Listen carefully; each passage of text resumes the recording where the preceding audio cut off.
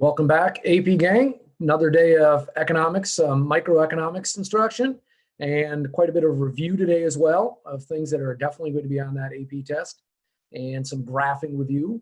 So I hope everyone is staying healthy in these times. I hope you're all staying safe. This AP test coming up is going to be here before you know it. So thanks for joining in for 30, 40 minutes of your day. And so let's get going. Once again, I'm Mr. Pedlow, teach up in Michigan, Chelsea, Michigan.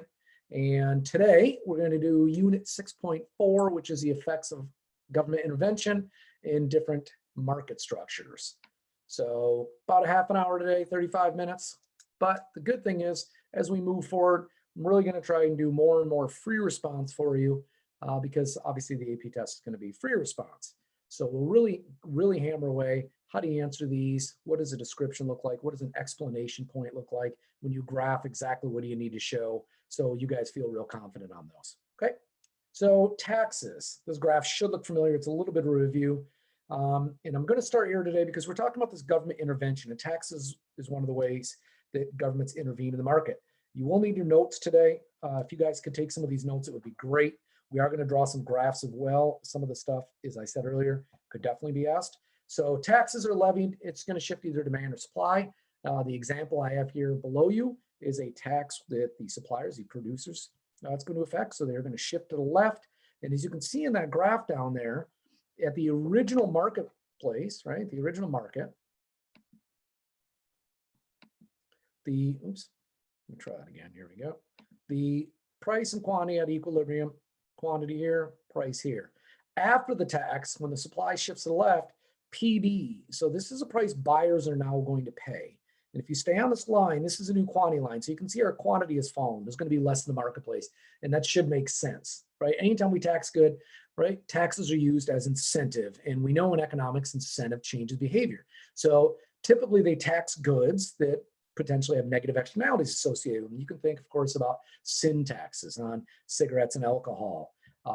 You could think about gas taxes where they try and take that money, they notice pollution from driving, and so what does gas tax go for? Well, that's what funds our roads. And there's this big debate in this country. What do we do now that more and more people are buying electric cars and they don't need gasoline? Well, they're still using the roads. So what have states done? They've now put fees on Teslas and things like that. So if you register your car, they're going to charge you more if you have an electric car, and it's a way for states to get some of that money back. And there's a little bit of pushback from the Tesla owners, as you can well imagine on that. So when they put a tax in, buyers pay a higher price. Sellers, you stay on this line, they're originally willing to take that. So that's a price they're going to take at this quantity. So sellers are going to get a lower price. And then the government is going to take PB minus PS every time we'll say a carton of cigarettes is sold, okay? PB minus PS. And if they asked about the total tax revenue, it's this whole rectangle, right? It's PB minus PS times QT. So it's this whole box up here. And if you recall, we can go back really quick and just shade some of this in. This after the tax would be our consumer surplus. And this would be our producer surplus, PS, kind of looks like PS and CS. And this would be deadweight loss because once again, if this is equilibrium, then we know this point right here, right, is allocatively efficient, socio-optimal. And so we're not there anymore, right? So there's a deadweight loss in the marketplace. And that's a loss right there of total consumer and producer surplus, okay? And we also know when it comes to taxes that a lot of this depends on the incidence. And if you recall, and don't worry, we're going to do tax graphs here in about a week, and you'll go through and I'll draw all of these depending on the elasticity of demand and supply, inelastic, it's a perfectly inelastic, all that. But the tax incidence simply means who pays the tax. So that's going to depend on how elastic or inelastic the supply and demand is. So if you look at that right now and you think, that looks like review. It should look like review. That was back in unit probably 3 in this, or unit 4, I think unit 3. And so we're going to go back. That's going to be review. Okay. What we're going to focus on today, however, are taxes and how they affect different type of market structures. So the first thing you need to know, and go ahead and take a couple minutes here, are the difference between a per unit tax and a lump sum tax. A per unit tax, the name kind of gives it away. You're paying a tax per unit consumed or produced. So it's a fixed tax on each unit that's sold in the marketplace. So what's an example? Excise taxes. If you remember the definition of an excise tax going back to when you guys were in school, might have been the fall, might have been a month ago. I know that seems like a long time ago at this point, but excise taxes are taxes on individual goods like gas tax, right? If I go buy milk, I don't pay gas tax on that. So a per unit tax is every time I buy a gallon of gas, I'm paying tax on that. And you guys, it actually says at the pump how much the taxes are, how much the federal tax, how much the state taxes. They haven't been raised in a long time. And there's a call in this, as a matter of fact, up in Michigan, our governor, you've probably seen on the news, her and the president are having some words back and forth. But when she ran for governor, she wanted to fix the roads, which was kind of her campaign motto. And she got elected and said she wanted a 40-something cent tax per gallon of gas. Needless to say, it didn't pass. They're still arguing about where to get the money. And that's a per unit tax. Every time you buy a gallon, you would pay an extra 40-something cents per gallon. Okay, California kids that are out there watching, you guys are well aware that you have very high taxes. If you're down in, Oklahoma, Texas, well, probably not as high gas taxes, right? Produce a lot of oil. So cigarette tax, those are per unit taxes. Lump sum taxes are the same amount for every person, and regardless of how much. So it doesn't matter what your income is, you're paying one. So let's say you renew your vehicle, right? It doesn't matter how many people go in and do it per day. The state has all these, every person's paying the same amount. It's a one-time payment. A good example, one of the issues, of this is a lot of people don't like these because they feel they're very regressive taxes, right? So let's say you're well off, you don't own a Tesla, you own a Hummer, it gets like 8 miles a gallon, and you drive nonstop. You're going to pay a lot more gas taxes than someone who's low income and drives 1 mile to their job every day and 1 mile back. A lump sum tax, if you both want to register your vehicle, and I know it says $50 in the example there, as you well know, most states don't offer a $50 registration fee. And usually if it's $100, $200, everyone pays that. And so if you remember what a regressive taxes are, taxes that hurt low-income people more than they hurt high-income people, like sales tax, right? They're not designed intentionally for that, but that's what the outcome is. And so think about like a licensing fee, a fishing license, a hunting license. Everyone pays the same amount of the tax on that. Easy way to remember this is something I teach in class a lot. So imagine if the local government, you had a firm in your town, okay, and they pollute. We'll make it a rendering factory. If you know what that is, after the slaughterhouse, they take like all the leftovers and the hides and the guts and everything, and they basically, in essence, boil them, and they get the fat. They're rendering the fat out of that. And there's not a smell in the world like it. If you're out in the Midwest, you know exactly what I'm talking about. If you live near a rendering factory, most towns put them on the east side because most of the times the winds blow from west to east, and you think about a negative externality, you let the smell go to the next town, right? And so imagine the town comes and they say, we're going to give you a lump sum tax every single year. You're going to pay $2,000. Simple. Is there any incentive not to pollute more? No, you've paid the $2,000. Matter of fact, some people make the claim that now there's more incentive. Hey, you paid the money, it's sunk cost, it doesn't matter at this point. A per unit tax, what if they said every time you pollute a ton of pollution, doesn't matter what kind of pollution, right? And the tonnage, don't worry about that. But let's say it's not that much. We're going to now tax you $500. And so the question is, which one would influence how much they produced? So you think about it, a lump sum tax or a per unit tax. And you rational thinkers out there are going to say, well, a lump sum tax probably isn't going to do a whole lot, but if they tax me every time, now I'm going to come up with, there's incentive for me to fix my production process and pollute less. And so now that's going to shift my quantity. And what do taxes do? They shift quantity to the left. So we're going to draw these here in just a second. I'm going to get through some stuff so we're not going back and forth for you guys. So here's the one thing that I want you guys to write down to get a handle on this stuff. Difference between per unit and lump sum taxes. There's more. We're going through the big ones, okay? We'll start on the left-hand side, the per unit tax side. So number one, they affect variable cost.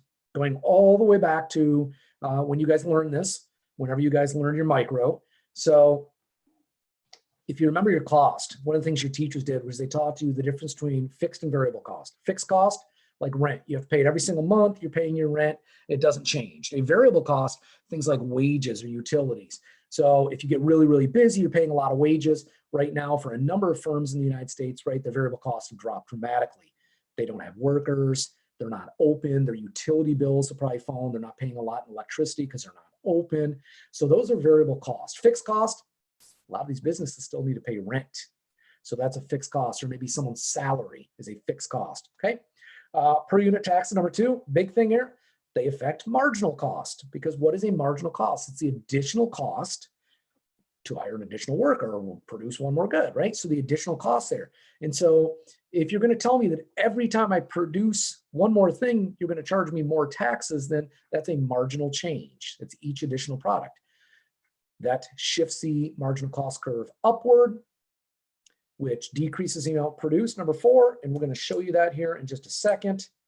And anytime you produce less, that means you're getting farther away from socially efficient. So it's going to increase that deadweight loss. Okay, let's draw our first graph, and then we'll go over to the lump sum taxes here in just a second. So let's go ahead.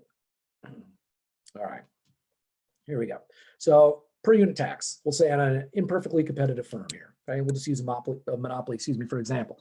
So you guys know, let's not worry about our average total cost curve for right now. So a couple things to review, because it's always good for you to hear this over and over. Why is demand greater than marginal revenue? Remember, so if they sell the good right up here and it's $10 and they're selling hats, then every time they sell one, they get an additional revenue of $10, $10, $10. But the hat maker wants to increase his output. They want to sell more hats, right? So he or she, the owner of the business, what do they have to do to sell more? Well, they have to lower prices.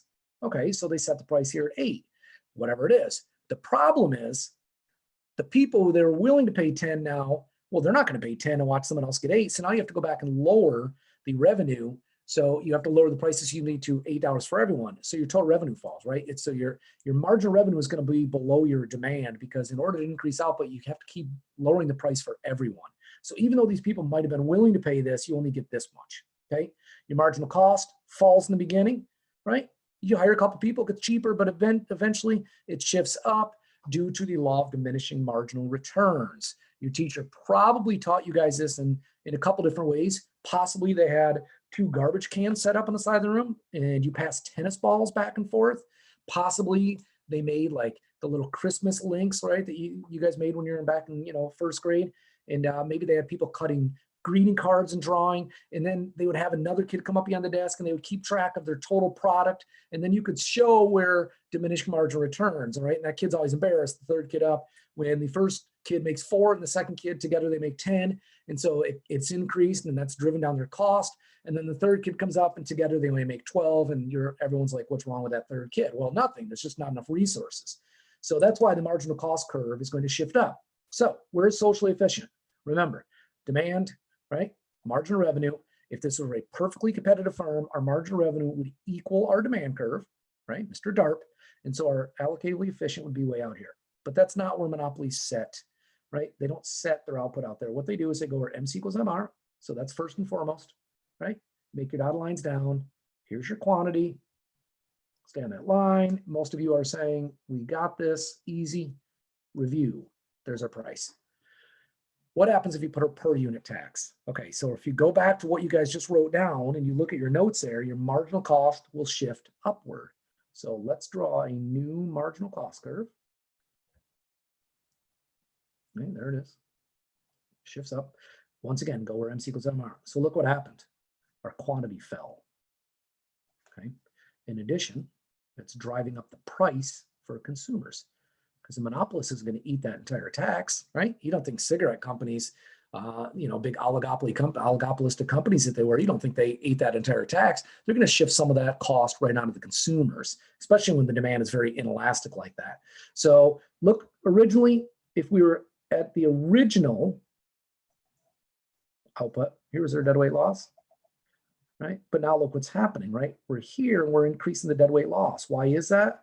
Because we're getting further away from where we should be. So it's going to increase our deadweight loss. It drives up prices for consumers. So that's a per unit tax. So let's go back here. Let's look at lump sum taxes. Okay, oops, sorry about that. So let's go back to this. Here we go. All right, so lump sum taxes, they affect fixed cost. So if I have to pay $2,000 to pollute every year, that's a fixed cost. I can't get out of paying that. It's going to drive up our average total cost. And remember, your marginal cost rate is the difference between there. And if your total cost is going up by a fixed amount, then at the margin, it's not changing at all. And so the quantity does not change. Marginal cost. So if they ask you a question on the AP test in a few weeks here, and they talk about a lump sum or a per unit, and which one is going to change output, you can actually say a per unit tax would change output because marginal cost. But if they ask about would a lump sum tax affect or subsidy affect the quantity, no, because it doesn't affect marginal cost. And when you see the words output, your brain should always say output, output, output. Remember in micro, it's always MC equals MR, right? So that's how you do that. And then next thing we need to talk about here, we're going to go back and show you guys a couple of these. Let's keep your notes out. Is what about when the government regulates the price? So what if the government jumps to the market and says, you're inefficient and we're going to regulate what price you can charge? So they can do this. So the first you already know. You don't need to write down allocative efficiency. Boy, oh boy, has this really come up in the last 4 days, right? Besides public and private goods, which we talked a little bit about it yesterday, you think about the first 3 days, how many times we use that term allocatively efficient. And here we are again. So it's price equals marginal cost. Fair return, or what they call the break-even price, is where your price equals your average total cost. And this is referred to as what a normal profit is, or zero economic profit. So think about a perfectly competitive firm in the long run. Where are they? So and we'll draw this here in a second, right? But your price equals the very minimum point of your average total cost curve. So you're making zero economic profit. And why is that? Well, remember, these cost curves include your opportunity cost. It doesn't mean you're not making money. It means you're making zero economic profit. What does that mean? That if you quit your job, you couldn't make more at the next best alternative. Certainly does not mean you're not making money. Kids struggle with that, the difference between explicit and implicit costs. We're going to cover that here in another week or two. In a natural monopoly, you East Coasters who live out in the Boston area, this should look familiar to you, right? You guys know the Boston folks always know a good tourist when they ask where the subway or the train is, instead of walking up and saying, right, where's the nearest T station? So why is this a natural monopoly? Because natural monopolies are when the government allows monopolies to exist because they have economies of scale. And so in a natural monopoly, they actually might need a lump sum subsidy to continue. And I'm going to show you, you can actually figure out exactly how much of the subsidy you would need on this. So why? So I can't go to Boston right now and set up my own train station and call it Pedlo Train Company, because the government is allowing this, right, train station, the T, to run all over. You got the red line, the orange line, all the good stuff there. And they're allowing this, and they won't let anyone else come in the marketplace. And there's a number of reasons why. Amtrak's are examples of a natural monopoly. Most utility companies, are examples. Because if I jumped in the marketplace, it would drive up cost, and we'd both probably lose money, and one of us would have to go out of business, and the government says it's not worth it. So they allow natural monopolies. So let's go ahead and draw a natural monopoly. So you have allocatively efficient, so price equals marginal cost, or where your marginal cost crosses your demand curve. Your break even, your fair returns, where price equals average total cost, and that's zero economic profit. It's where price crosses that average total cost curve, okay? And then a natural monopoly. So go ahead, draw a natural monopoly, and what I want you to notice is, what is different about this is, notice your average total cost is following the entire range. That is called economies of scale. I don't know why kids struggle so much learning about economies of scale. Economies of scale is a simple idea that as you continue producing more and more, it drives down your average total cost of production. So if you ask me right now to go out and knit a t-shirt, I can't imagine how expensive that would be. I'd have to buy I'm assuming, I'd have to go buy cotton seeds and grow cotton. And then I'd have to get the cotton. I'm not really sure how to do that. And then I'd have to weave the cotton. Is that a thing? Do you weave it? And then I'd have to sew it. I'm not really sure what I'm saying here.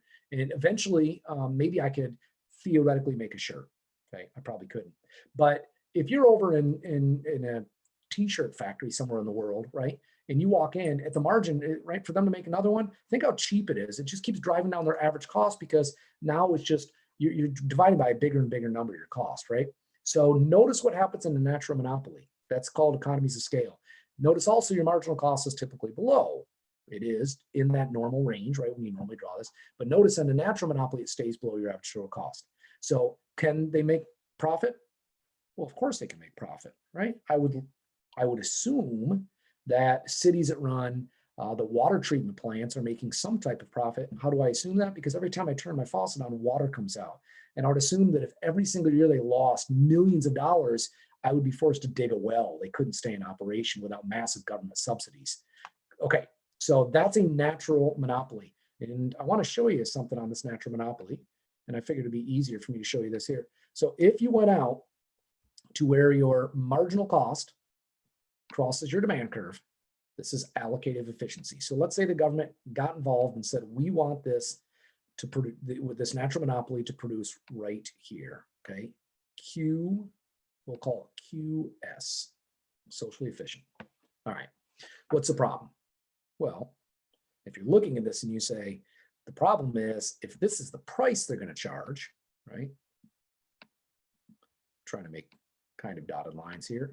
If you get all the way over, I know it looks terrible, but this is the pricing to charge. We have a problem here, which is, look, your average total cost is up here. So it's costing you on average more to produce a thing than it is to sell it. That's not good. Firms typically don't stay in business in the long term if they continue losing money. Yes, I know what you're going to say. There are some examples out there. We're not going to go into those. Oops. So this right here would have to be what? That would be your lump sum subsidy. That's how much they would subsidize them, right? If a per unit subsidy be the difference between these. So this whole area right here would be a lump sum subsidy, and therefore you could produce allocative efficiency. Without that, they're not going to produce. All righty. So that's natural monopoly. Notice your average total cost. If they ask you on the AP test to draw a natural monopoly, and we are going to go over this again, but today's a good day to shore this up. Notice my average total cost curve, right? It's downward sloping. Okay, so moving on. Now, what if businesses still monopolize? Okay, and Facebook is here for a reason. They get accused of this, not by any means saying they are a monopoly, but there are calls to regulate some of these huge tech firms, right? Because they've gotten so big. I think, I don't use it, but I think Facebook also owns Instagram, if I'm correct.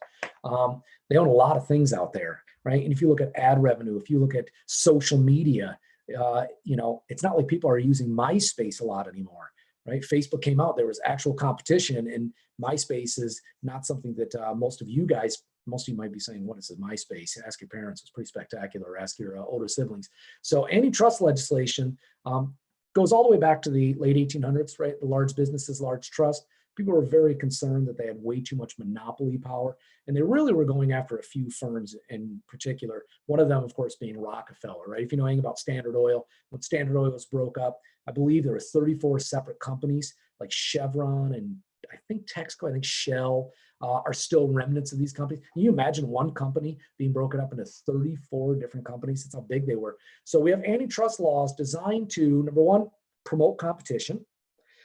Typically, in terms of free response, there really hasn't been a lot of antitrust stuff on free response. It's been much more of a multiple choice question. So we're going to go through it. I just want to make sure you guys understand what this is. Number two, they make it illegal to engage in monopoly behavior. And if you're saying to yourself, these aren't very detailed laws, that's one of the controversies of this is like the Sherman Act, right, passed, makes it illegal to engage in monopolistic behavior, basically. What does that mean? Is Facebook a monopoly? Is it not? Was Microsoft engaged in monopoly behavior against Netscape? US said no, Europe kind of a little bit said yes.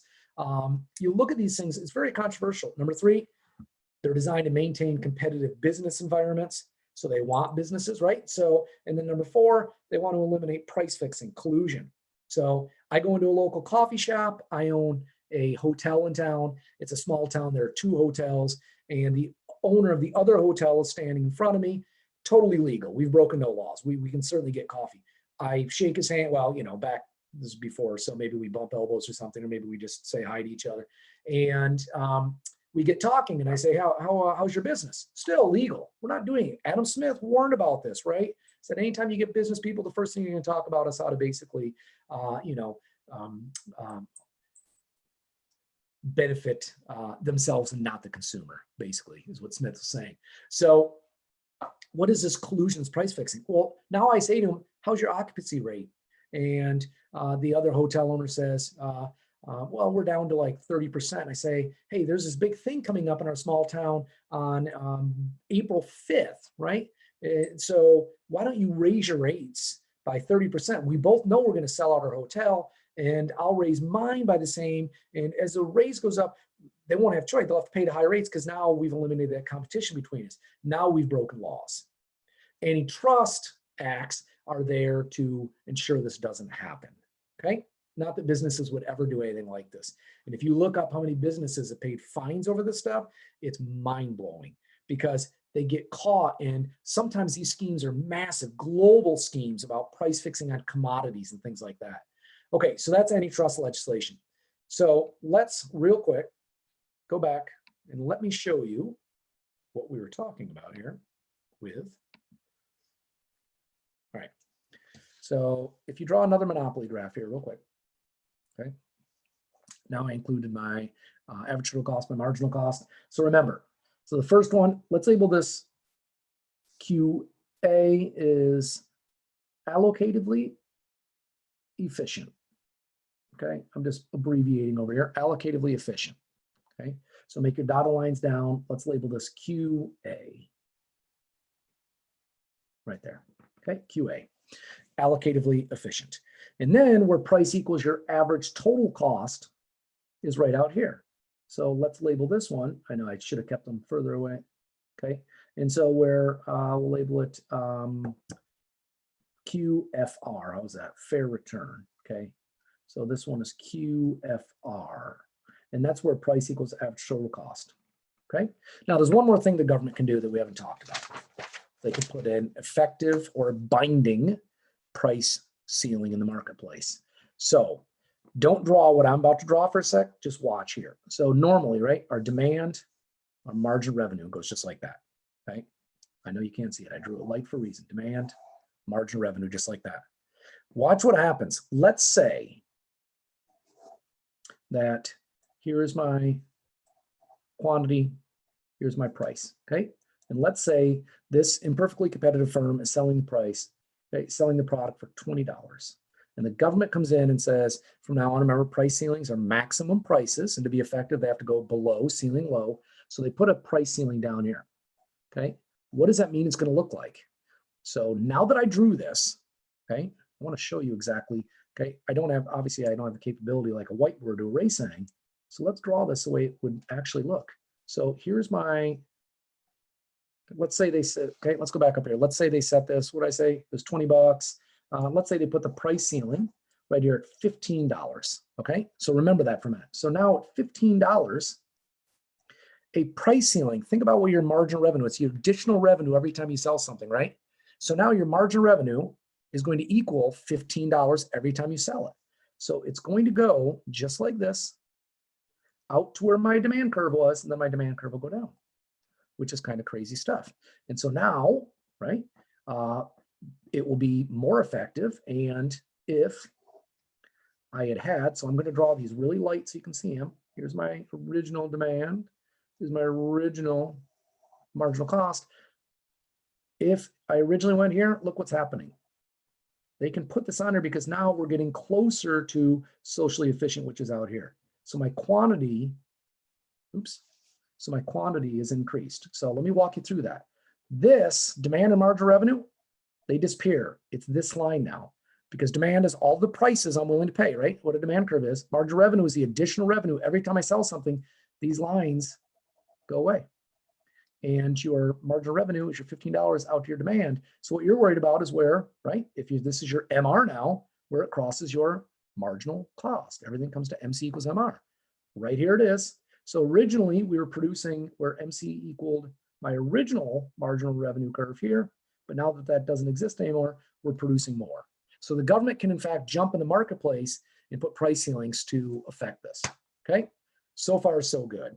I know there's a lot, and I know for some of you guys, it is a little bit confusing. There's a lot to the stuff. Let's go back here to the PowerPoint. All righty. So let me go through some multiple choice with you really quick, and then we'll get to a free response. I'm going to do the first one with you today, and then we'll go through a second one. So assume a profit maximizing monopoly in firms. And remember, why are we doing multiple choice? It's really good practice for you guys in case they ask for explanation points in the AP free response. So assume in firms in perfectly competitive market of identical cost and revenue, in which market would a binding price ceiling result in a more efficient outcome? Okay. So if you're a perfectly competitive firm and we know we're already efficient, remember that price equals marginal cost, your marginal revenue equals marginal cost, you're making zero profit, then it's going to be, it can't be perfectly competitive So it's got to be which one is going to be more efficient due to that. It's got to be a monopoly, and why? And so when you look at this, the answer is because now the monopoly becomes more efficient. And why is that? Well, think about what we just showed, right? The deadweight loss is getting lower. They're going to decrease that deadweight loss. Why is that?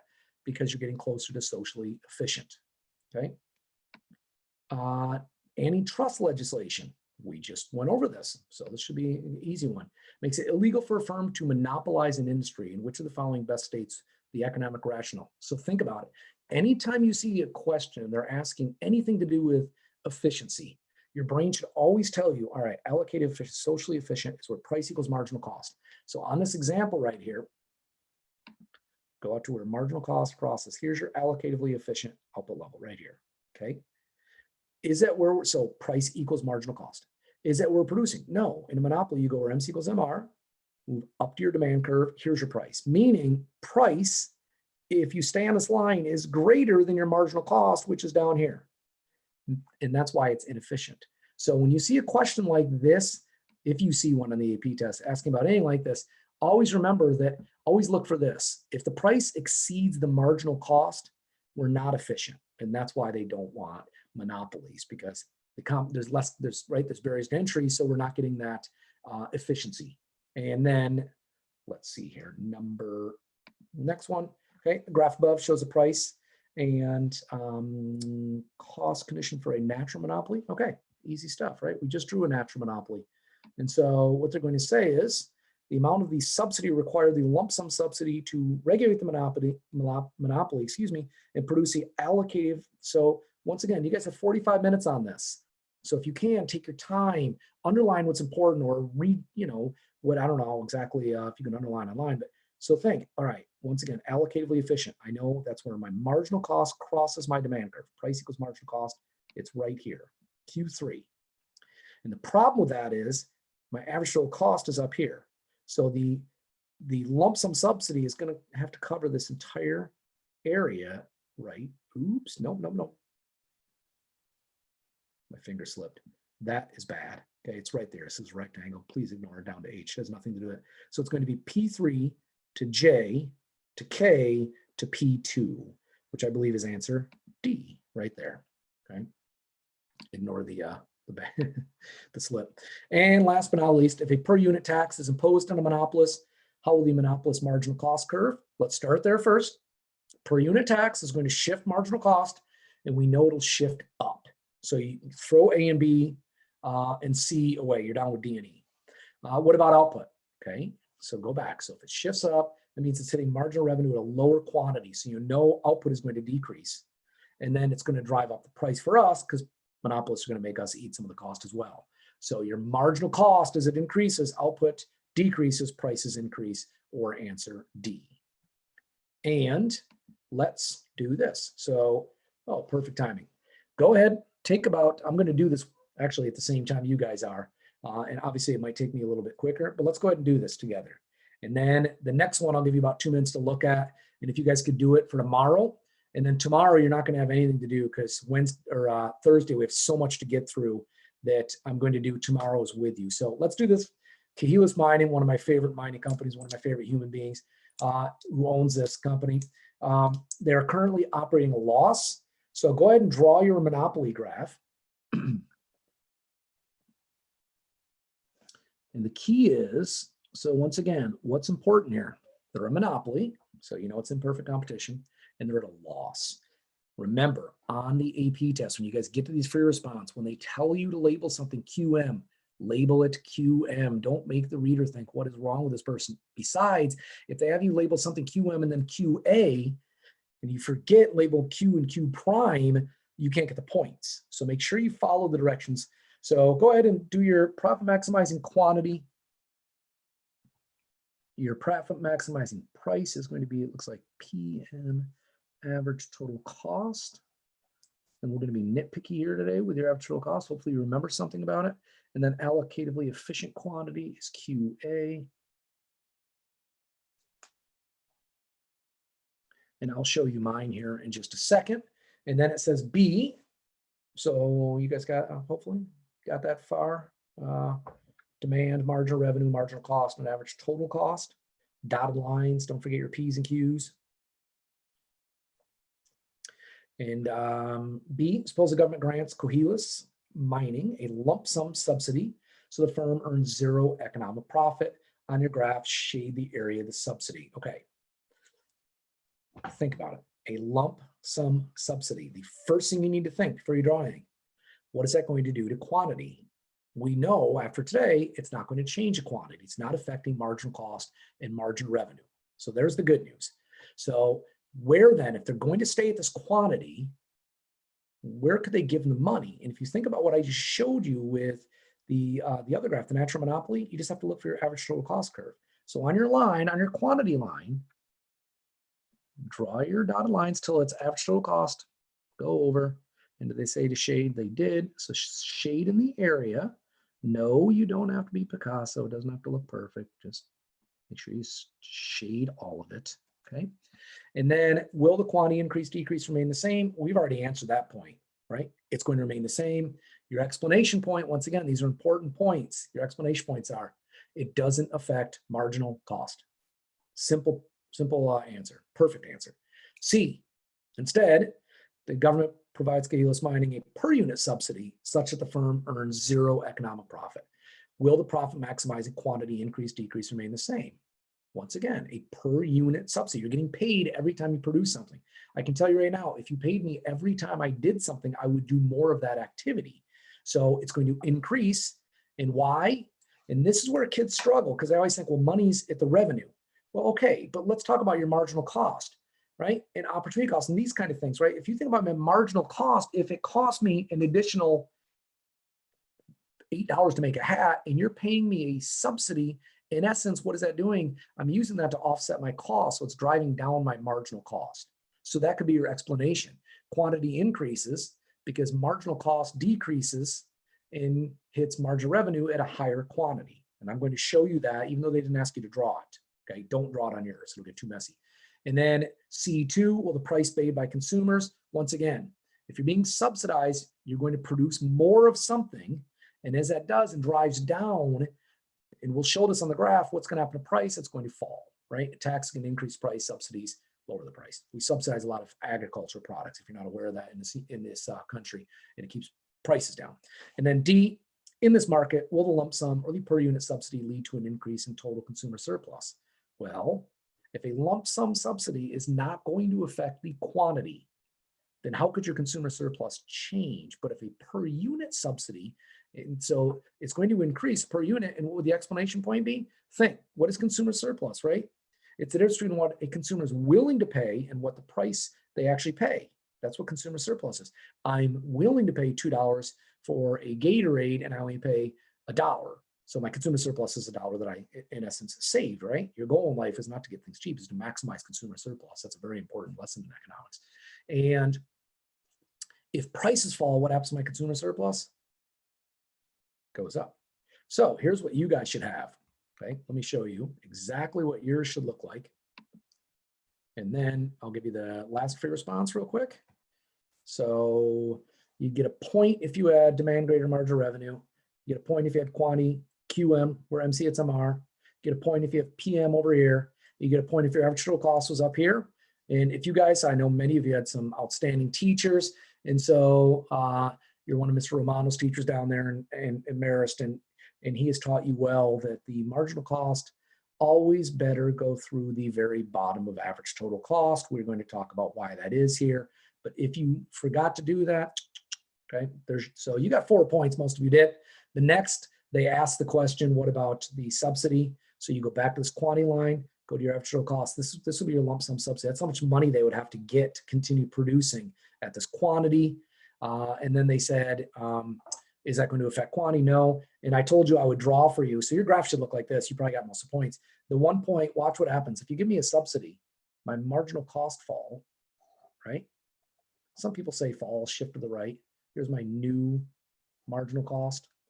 And look at, it hits marginal revenue here. I produce more. And look what happened to my price. And now, if that's my price, what happened to my consumer surplus? It's greater. Right? My consumer surplus was up here, now it's all the way down here. So life's good. All right. Hopefully you did well. I'm sure you all did splendidly. And let's go back real quick to the last question of the day. Jeez, kept you here long today. I apologize. So one last one. Go ahead and look this one over. And I want you guys to, I'm only going to give you like a minute to look at this thing because you guys can obviously go back and pause this, right? Like 1 minute. So it's not a big deal. I'll go through it with you real quick. Please bring this back tomorrow. It's the first thing we're going to go over tomorrow.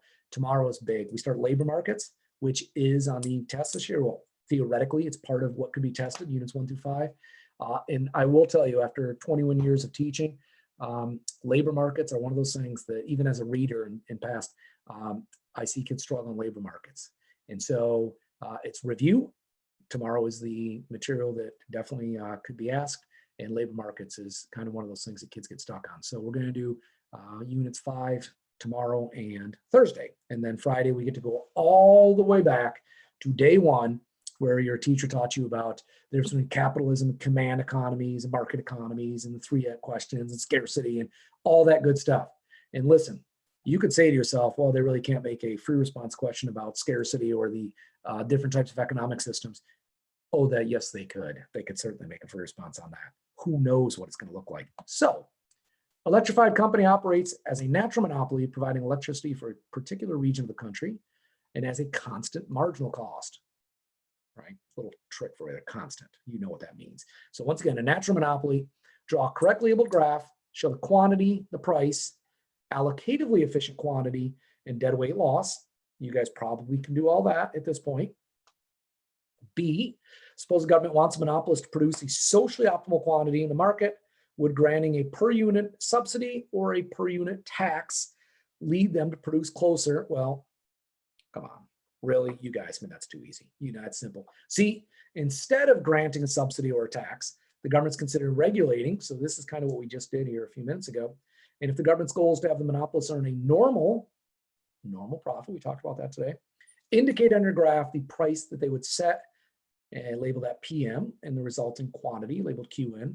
And then if instead the government wants to use price regulation to get the monopolist to produce a socially optimal level of output, what price would they set? Make your dotted lines and show that. That's it. Easy stuff. So go ahead, get that done. Hopefully you guys are bringing these back. Hopefully it's helping you, especially moving into tomorrow. And I'm really going to hammer these free response as much as I can over the next 4 weeks-ish, because as much practice you can do, and some of you might say, I've already seen this free response, but I tell my students all the time, you can't see them enough. If there's ever something where you're like, A, B, C were really easy, but D, I was struggling a little bit on, then let's get D fixed. I want you guys, when you walk into there, to feel very confident on this, to sit down and say, oh, this is great. I can get a 5. I feel good. I can get a 4. Moving on next year, especially for you seniors, moving on in the fall to the college of your choosing, and get your econ credit done. Okay, because I know you're all going to major in econ, and it'll just help you one more step. So there's the free response. Bring that back. Once again, you know, anyone without access, they really are trying to shore this up to get these, figure out exactly what they can do to help kids. cb.org/tech. And I thank you all for the last 42 minutes of your lives. I want you to stay healthy out there. You know, pick up a good book besides all this AP studying. Keep your mind healthy, all that good stuff. Thank you for watching, and hopefully you'll join us again. Finish that practice question, and I will see you all tomorrow. Have a good night.